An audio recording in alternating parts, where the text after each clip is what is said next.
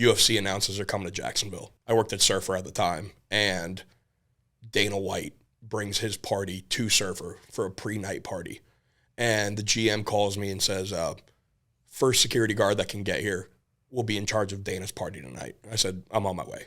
And I showed up at like 2 o'clock in the afternoon, like ready to just set up and stuff. He brought Nelkin and like the guys who are now my boss. Like they were all partying in Surfer. Bob Menery, Colby Covington showed up. Oh my God. Dude, packed out.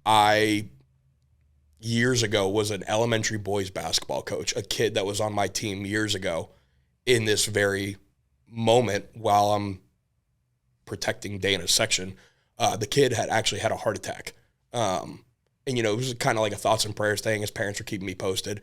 I asked my boss at the time, dude, I just got to get a picture with the guy and, like, tell him about this kid. And my boss gave me the green light. I walked Dana out to his car at the end of the night. And I said, hey, man, just a quick story for you. I tell him about Joshy. He had a heart attack. He goes, you know, give me the phone. And records a whole video to send to the kid. And in the video, he said, you know, Joshy, if you make it through this surgery, you got UFC tickets with your name on it. You just let me know whichever fight you want to go to.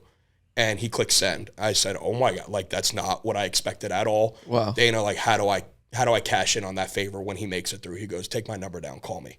One day I reached out to him. At the time, I was selling High Noon, bottom of the totem pole job. You know, you got to work your way up kind of deal. Sure. And one day I was already on to like doing party promotions and trying to figure out a way to get Surfer going. And I said, I talked to the GM and said, you know, would you guys ever air a UFC fight? He said, yeah, like figure out what we need to do.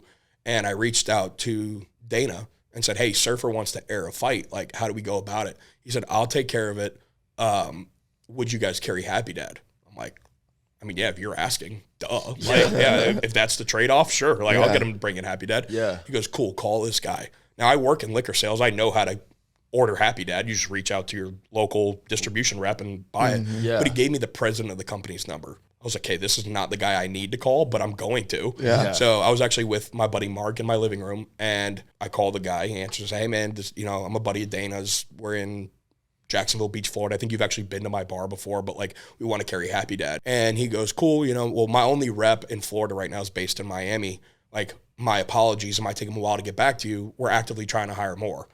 And I took that. I said, okay, well, fuck the rest of my conversation. I work for High Noon and I don't really love it right now. How actively are you trying to hire? And would you hire someone in Jacksonville? He goes, yeah, Jacksonville is actually one of the markets we're targeting. You want to tell him to fuck off and come work for me? I said, I'll fly out tomorrow.